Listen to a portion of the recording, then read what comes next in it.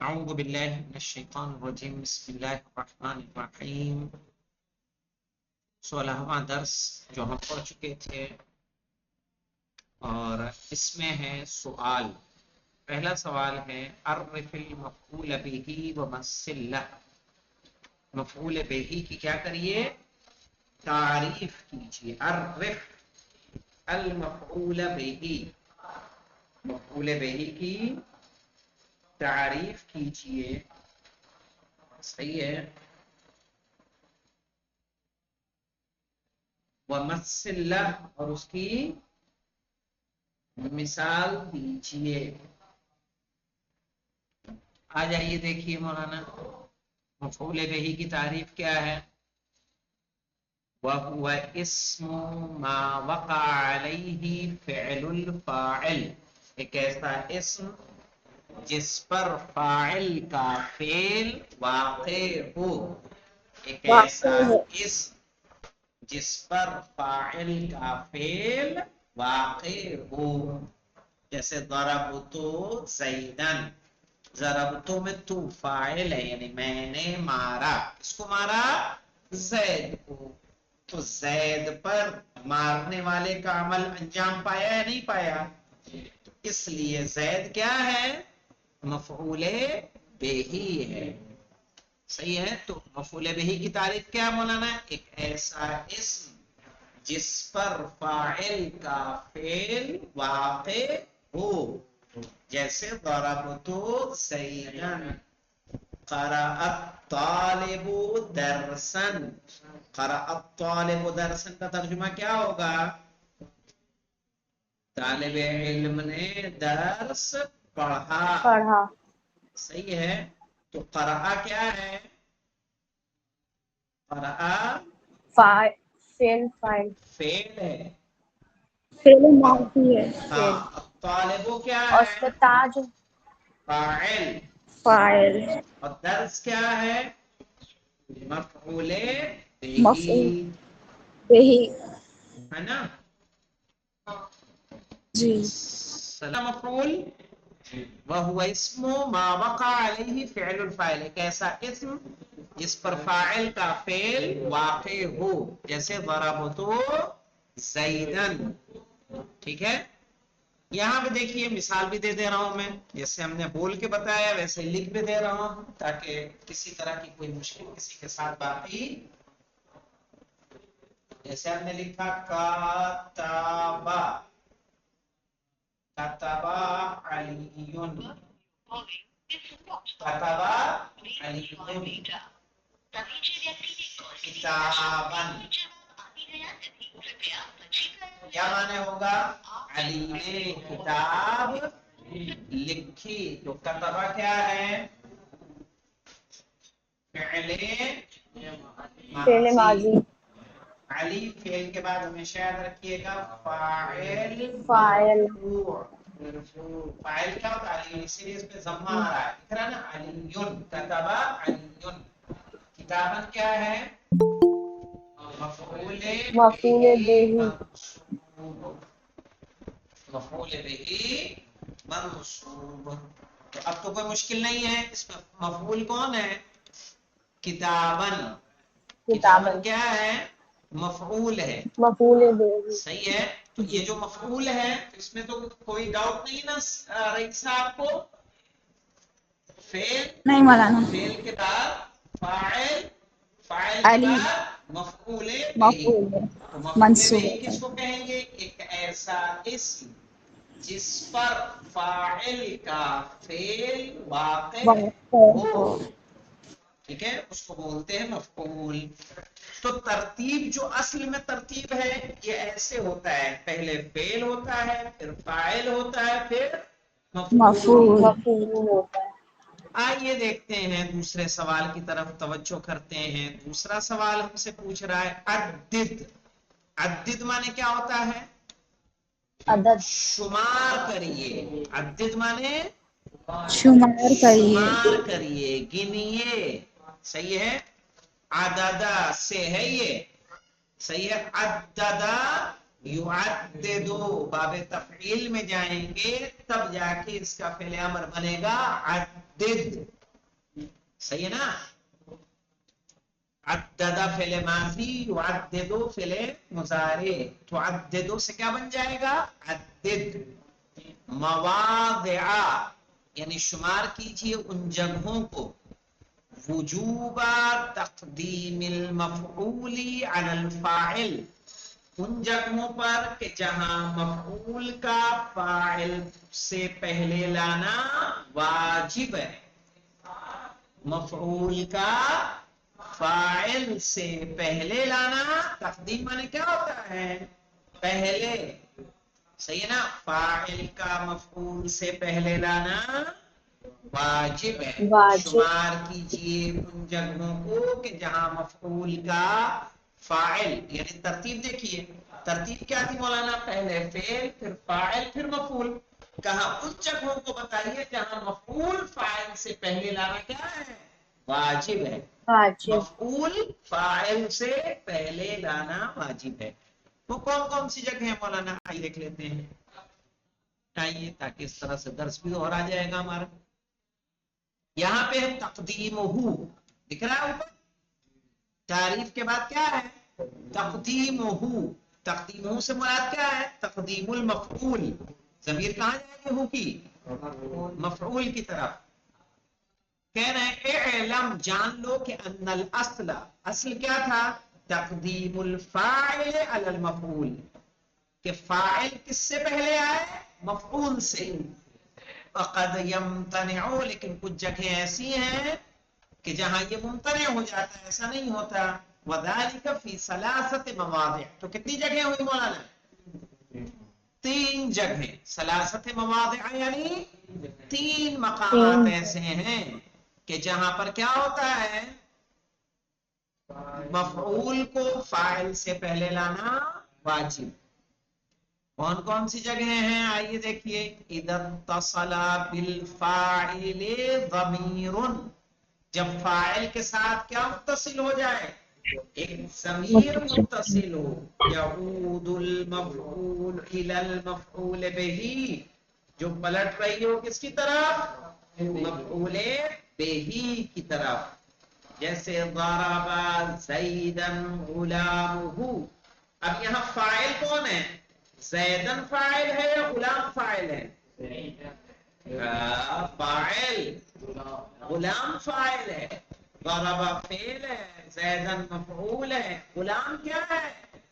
فاعل ہے. اب یہاں زیدن کیوں پہلے آ گیا؟ طریقہ تو یہ تھا ضرب غلامہ، غلامہ زیدن ہونا چاہیے تھا. کہا کیونکہ فاعل میں ایک ضمیر ہے، جو ضمیر کس کی طرف پلٹ رہی ہے؟ زید کی طرف. یعنی زید کو اس کے غلام نے مارا. آئی سمجھ میں؟ تو زید کو مارنے والا کون ہے؟ اس کا غلام ہے. تو کہا چونکہ غلام فاعل ہے، فاعل میں ایک ایسی ضمیر پائی جا رہی ہے کہ جو کس کی طرف پلٹ رہی ہے؟ مفعول کی طرف پلٹ رہی ہے. کدھر پلٹ رہی بیٹا؟ مفعول کی طرف پلٹ رہی ہے. واضح؟ یہ بات سمجھ میں آئی یا نہیں آئی روبینہ رئیسہ؟ جی آغا. جی کلیئر ہے؟ آ گیا. جی. دوسرا دیکھ لیے. اذا كان المفعول به ضميرا متصلا بالفعل، اذا كان المفعول به، کہ جب مفعول به سے متصل ہو ضمیرا متصلا بالفعل، نہیں، جب اذا كان المفعول به ضمیرا متصلا، صحیح ہے، جب مفعول کیا ہو؟ ضمیر متصل ہو. اور متصل ہو کس کے ساتھ؟ فعل کے ساتھ. والفاعل اسما ظاہرا، اور فاعل کیا ہو؟ اسم ظاہر، ایک ایسا نام ہو جو ظاہر میں موجود ہو. جیسے دیکھیں ضربک زید، تم کو زید نے مارا. تو ضربک، ضربا کیا ہے؟ فعل ہے. کا کیا ہے؟ ضمیر متصل ہے، مبنی علی الفتح ہے، فی محل نصب ہے، مفعول بہی ہے. کیا ہے؟ مفعول بہی. مفعول ضربک بہ. میں کا مفعول بہی ہے. میں نے یہ پہلے ہی آپ کو شارٹ کٹ میں بتا رکھا ہے کہ اگر یہ ضمیریں فعل سے متصل ہوتی ہیں تو مفعول بہ، اسم سے متصل ہوتی ہیں تو مضاف الیہ ہوگا۔ مضاف مضاف الیہ۔ صحیح، تو ضربہ کا ضربہ فعل ہے، کاف کیا ہو جائے گا؟ مفعول۔ زیدن کیا ہے؟ فاعل۔ کہا جب مفعول کیا ہو؟ ضمیر ہو اور وہ فعل سے جڑی ہوئی ہو تو اس کا پہلے لانا کیا ہو جائے گا؟ واجب، ہے واجب نا؟ ہو جائے گا۔ تیسرا دیکھ لیں، اذا کان الفاعل محصورا، جب فاعل کیا ہو مولانا؟ محصور ہو، حصر کر دیا جائے الا سے یا الا کے معنی میں جو پایا جاتا ہے جیسے انما وغیرہ۔ دیکھیں مولانا، ما ضرب عمرا الا زید، یعنی زید عمر کو سوائے زید کے کسی نے نہیں مارا، تو فاعلیت کس میں حصر ہو گئی؟ زید میں۔ صحیح، زید کے علاوہ اس کو کسی نے نہیں مارا۔ ما ضرب عمرا، عمر کو کسی نے نہیں مارا الا زید، سوائے زید کے۔ تو جو الا کے ذریعے فاعلیت کو حصر کیا گیا کس میں؟ زید میں، تو اس صورت میں مفعول کو پہلے لانا کیا ہو جائے گا؟ واجب ہے۔ ٹھیک واجب ہے، ہو جائے گا۔ اسی طرح وَإِنَّمَا ضَرَبَ زَيْدًا ضَرَبَ عَمْرًا زَيْدٌ، اب یہاں زید فاعل ہے، عمرن کیا ہے؟ یہ عمرن مفعول ہے، زید مفعول۔ فاعل ہے۔ چونکہ انما کے ذریعے سے حصر ہو رہا ہے اس لیے مفعول کو پہلے لائیں گے اور فاعل کو بعد میں لائیں گے۔ تو کتنے مواقع ہیں مولانا؟ 3۔ صحیح ہے، آئی سمجھ میں یہاں پہ اس سوال کے جواب میں؟ عدد جی ہاں۔ مواضع وجوب، صحیح ہے، ان مقامات کو شمار کیجئے وجوب تقدیم المفعول کے جہاں مفعول کا پہلے لانا واجب ہے، علی الفاعل، کس پر؟ فاعل پر۔ تو کتنے مقامات ہیں؟ 3 مقامات۔ 3 مقامات۔ صحیح ہے، جب کیا ہو؟ الا یا اس کے معنی کے ذریعے حصر ہو، مفعول بہ اس میں ضمیر ہو، صحیح ہے، متصل ہو فعل کے ساتھ، اور پہلا کیا تھا مولانا؟ یا فاعل میں ایک ضمیر ہو جو مفعول کی طرف کیا ہو رہی؟ پلٹ رہی ہو۔ یہ 3 مقامات ہیں۔ اب تیسرا سوال ہے، متى يحذف عامل المفعول به، عامل مفعول به کب حذف کیا جاتا ہے؟ صحیح ہے، اگر یاد نہیں ہے تو بس اس کے بعد اسی کی بات ہے۔ آئیے دیکھ لیں، حذف عاملہ، قد یحذف عاملہ لقرینتین، کہ اس کے عامل کو حذف کیا جاتا ہے کس سے؟ قرینے کی وجہ سے، جب قرینہ پایا جائے۔ جوازن و وجوبن، پہلی یہ بات ہے مولانا، پہلے یا تو جوازن ہوتا ہے، جوازن یعنی کرو چاہے مت کرو، وجوبن یعنی جب حذف کرنا کیا ہو؟ واجب ہو، لازم۔ واجب ہو۔ جوازن کا، جوازن مقامات مولانا 2-3 مثالیں دے دی ہیں انہوں نے، اور وجوبن کتنے مقامات پہ ہے؟ 6 مقامات پہ۔ آئیے دیکھیے، الاول مولانا دیکھیے، صحیح ہے، ان 6 میں سے اول کیا ہے؟ سماعی ہے، صحیح ہے، دوسرا باب تحذیر ہے، باب اقرا ہے، باب اختصاص ہے، منادا ہے، اگلے 10 میں آئے گا مولانا، کیا ہے؟ یہ آ جائیے، اشتغال ہے اور منادا ہے۔ یہ 6 سادس نمبر دکھ رہا ہے؟ یہ سادس کس کا ہے؟ یہ سیدے کا سادس، الخامس، اوپر جائیے، اوپر جائیے، کیا ہے یہاں پہ؟ الرابع، الثالث اور الثانی الاول، یعنی کل 6 اول۔ وہ 6 مقامات ہیں کہ جہاں پہ مفعول بہ کے عامل کو حذف کرنا کیا ہے؟ واجب ہے۔ عامل سمجھ میں آ رہا ہے کہ اس کو کہتے ہیں؟ سمجھ لیجئے، جو کتاب بورڈ پہ ہم نے جملہ لکھا اسی میں عامل سمجھ لیجئے۔ یہ جو دیکھیے، عربی میں کوئی زیر زبر بنا کسی سبب کے تبدیل نہیں ہوتا، تو جس کی وجہ سے زیر و زبر بدلتا ہے اس کو عامل بولا جاتا ہے۔ کیا بولا جاتا ہے؟ عامل۔ جیسے اگر ہم نے لکھا فی البیت، بیتے پہ زیر کس کی وجہ سے آیا؟ فی کی وجہ سے۔ فی کیا ہے؟ اس فی کے کی وجہ زیر سے۔ ہونے کا کیا ہے؟ عامل ہے۔ کیا ہے؟ عامل۔ اس نے عمل کیا ہے جس کی وجہ سے اس کا پیش کس میں بدل گیا؟ زیر میں۔ تو کہا جو علیون پہ ضمہ آ رہا ہے کس کی وجہ سے آ رہا ہے؟ کتبہ کی وجہ سے۔ اگر یہ کتبہ نہ ہوتا تو علیون پہ ضمہ نہ ہوتا۔ کتابت میں جو نصب آ رہا ہے کس کی وجہ سے آ رہا ہے؟ اس کا عامل کون ہے؟ کہا یہ جو فعل ہے یہی اس کا عامل ہے، اسی فعل کی وجہ سے کیا آ رہا ہے؟ اس پر نصب آ رہا ہے، فتحہ آ رہا ہے، واسے تو اس کو بولتے ہیں عامل، جس کی وجہ سے زیر و زبر کیا ہوتا ہے؟ بدلتا ہے، اس کو عامل بولتے ہیں۔ اب آئیے ہمارا سوال کیا ہے مولانا، سوال کی طرف آ جائیے۔ سوال اذکر مواضع حذف العامل فی باب التحذیر۔ اب یہاں انہوں نے معین کر دیا ہے کہ یہ تو وہ تو سمجھ میں آیا، متی یحذف عامل المفعول به، مفعول به کے عامل کو کب حذف کیا جائے گا؟ کہا ایک جوازن ہے اور 6 وجوبن ہے۔ جوازن کب مولانا؟ کہ جب کسی کے سوال کے جواب میں کوئی جواب دیا جائے، جیسے من اضرب زیدن، ماذا اکتب درسن، ماذا ادرس عربیتن۔ صحیح ہے، آپ نے پوچھا ماذا ادرس، ماذا احفظ، کیا یاد کروں؟ تو آپ جو اس کے جواب میں بتا رہے ہیں تو کیا ہوگا؟ مفعول به ہوگا، اور اس کا عامل کیا ہو جائے گا؟ حذف ہو جائے گا قرینے کے موجود ہونے کے سبب۔ وہاں سے تو کہہ رہے ہیں یہ 6 مقامات آ گئے سمجھ میں، آپ کو سب کو شمار کر دینا ہے متا میں۔ اب چوتھے میں خاص کر رہے ہیں اذکر مواضع حذف العامل فی باب التحذیر، باب تحذیر میں کون سے مقامات ہیں جس میں عامل حذف کیا جاتا ہے؟ تو آئیے باب تحذیر میں چلتے ہیں مولانا۔